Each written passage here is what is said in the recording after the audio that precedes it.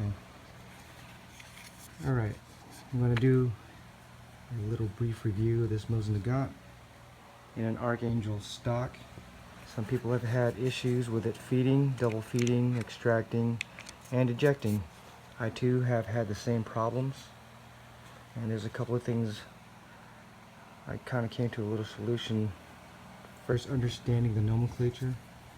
I don't know the actual names of it, but there is a cammed slot right here that actuates against this retaining wire that holds the cartridges in.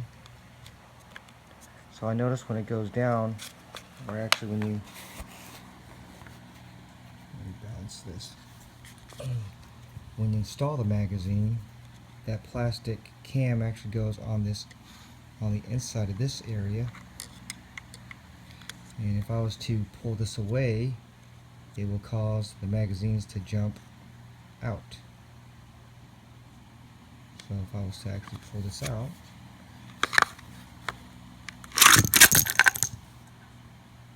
that's from pulling that away. Okay, so we'll reload that. Obviously, if you have one of these, you know that the rim has to be on top and forward of the next round.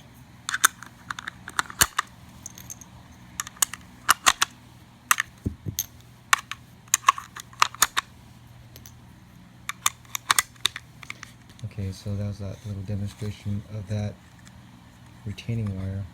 There is enough pressure on the spring to just slush them all out. Okay, with the bolt, when you extract the bolt, if you flip it over, and there's a reason why this happens. As you can see right here, it's a little bit shinier in this area. And what I did was I took a Dremel and an end mill, and I trimmed this area out about 1/4 of an inch. It's not doing any damage to anything, it's just bringing the bolt back just a hair more, so that way it will get behind the round. That way it will strip it from the magazine when you're pushing it forward. And what I've noticed is that when you install this magazine, see if I can get a good shot of this here. Turn it this way. It's more light. Alright, there we go. So when I start putting pressure on that retaining wire, you'll see that cammed area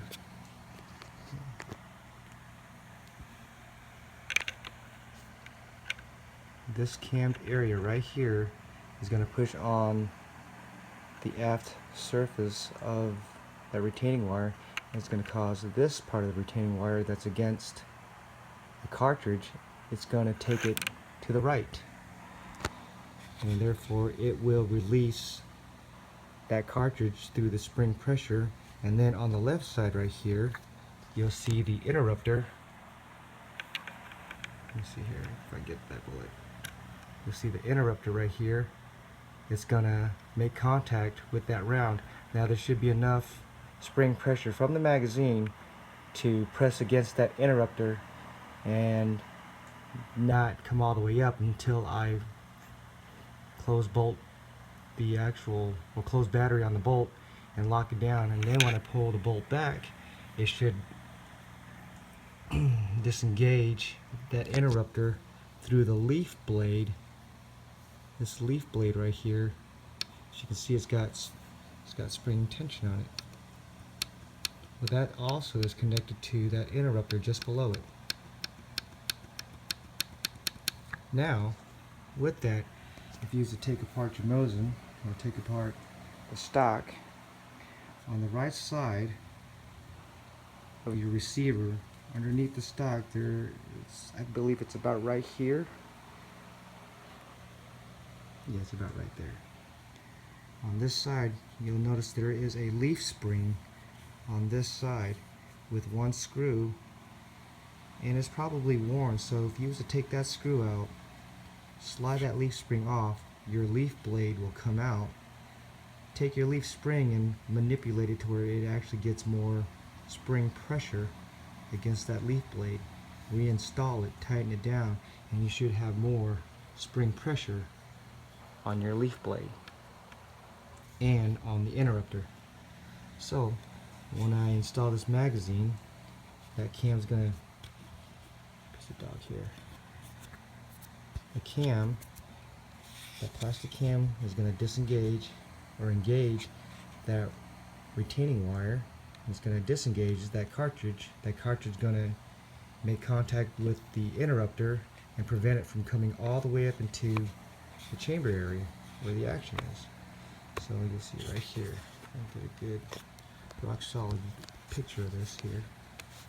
I apologize about all the jumpiness. I'm doing this one-handed. Okay, here we go. You'll see it go to the right, and now you'll see it engage the interrupter.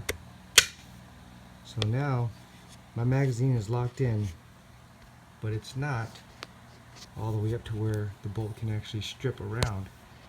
But if I hit this leaf blade sight, this leaf blade on the ejector, if I hit it one time, it's going to disengage the interrupter. You'll see it move when I push this blade in. So now I've got one round up into the chamber area. Now I can actually strip that round with the bolt.